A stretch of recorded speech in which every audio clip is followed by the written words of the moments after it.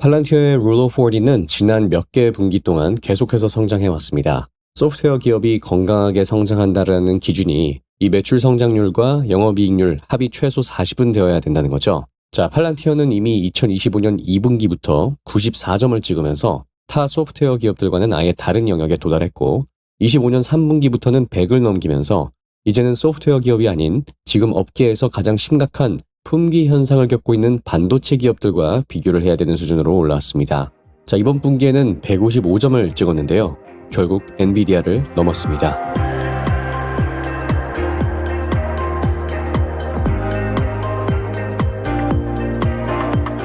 팔란티어 매출은 예상치 18억 달러를 7.7% 비트한 19억 4천만 달러, 넌갭 EPS는 예상치를 크게 비트해서 0.41달러를 내줬습니다.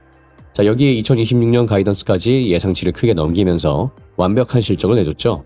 자, 앞서 봤던 Rule of 40가 구체적으로 어떤 건지 그래프로 보면 더 실감이 납니다. Rule of 40가 이렇게 늘어난다는 것은 모멘텀이 계속 유지되고 있다는 것이겠죠. 지금 팔란티어 실적에서 주목해야 될 건 이렇게 분기 서프라이즈를 내줬다는 것뿐만 아니라 바로 그 모멘텀에 있습니다. 자, 매출이 딱 봐도 계속 오르고 있죠.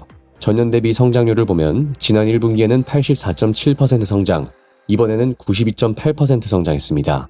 시간이 지나면서 계속해서 이렇게 매출 규모가 늘어나고 있다는 게 중요하고 더 중요한 건 매출이 늘어나면서 동시에 영업이익률도 같이 올라가고 있다는 겁니다. 자, 이런 결과를 내기 위해서 팔란티어가 정확히 무엇을 했는지는 모르겠지만 확실한 건 성장률을 높이기 위해 소프트웨어를 더 저렴하게 파는 것은 전혀 아니라는 것이죠. 오히려 더 비싸게 팔고 있습니다. 자, 성장과 수익성이 동시에 가속되는 이 소프트웨어 기업이 만들 수 있는 아주 이상적인 모습이 나오고 있죠.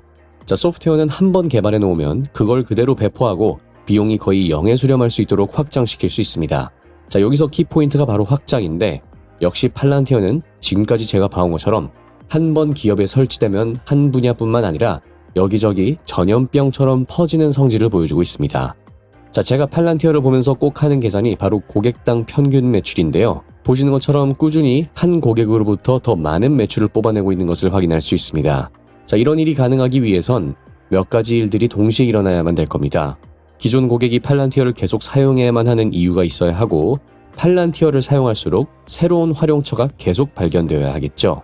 자, 이를테면 처음에는 데이터를 정리하는 용도로 도입했다가 이후에는 생산관리, 공급망, 그리고 영업까지 연결되는 시기여야 될 겁니다. 자, 결국 팔란티어에서 보이는 이 고객당 평균 매출의 증가는 고객이 한 번 팔란티어를 사용하기 시작하면 더 많은 직원이 사용을 하고 더 많은 부서가 연결되고 그렇게 계약 규모가 계속 커지고 있다는 의미겠죠. 자, 특히 알렉스 카프는 이번 실적에서 팔란티어의 수요가 너무 커져서 파트너들과 함께 구축 역량을 확장해야 한다고까지 설명했습니다. 제가 이전에 인터뷰했었던 이 베냐의 경우도 호주 그리고 아시아 지역에 팔란티어 도입을 지원하는 스타트업이었죠.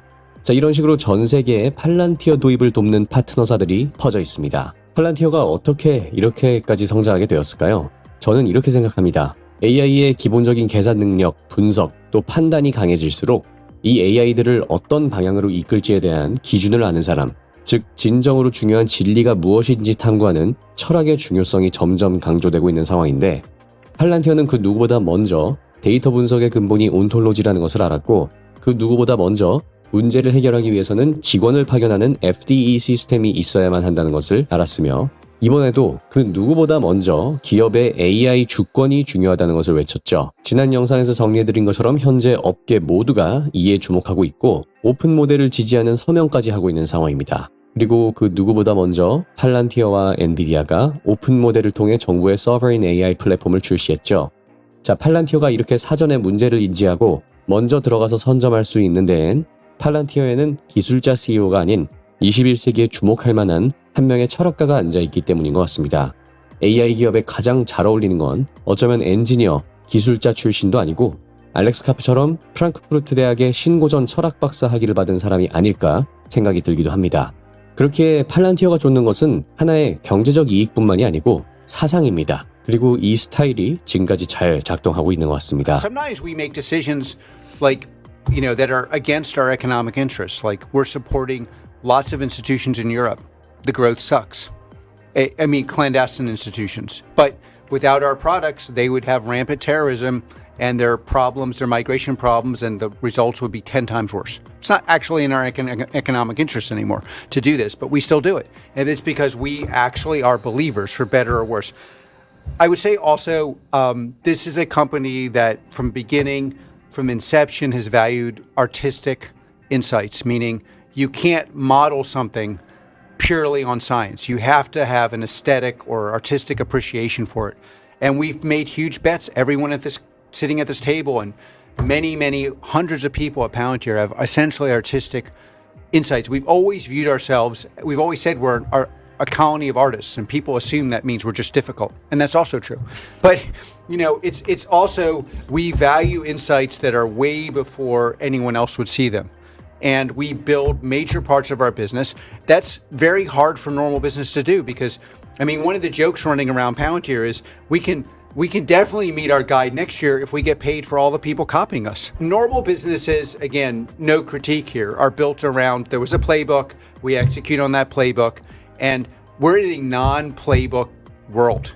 So executing on a playbook that worked 5-10 years ago, essentially build parasitic software and monetize it, that doesn't work now. And there's hundreds of variants of that, but that is a central advantage we have. We are a colony of believers and artists that are very motivated to drive value. And that sets us aside much more than I would have imagined 10 years ago if you'd asked the same question.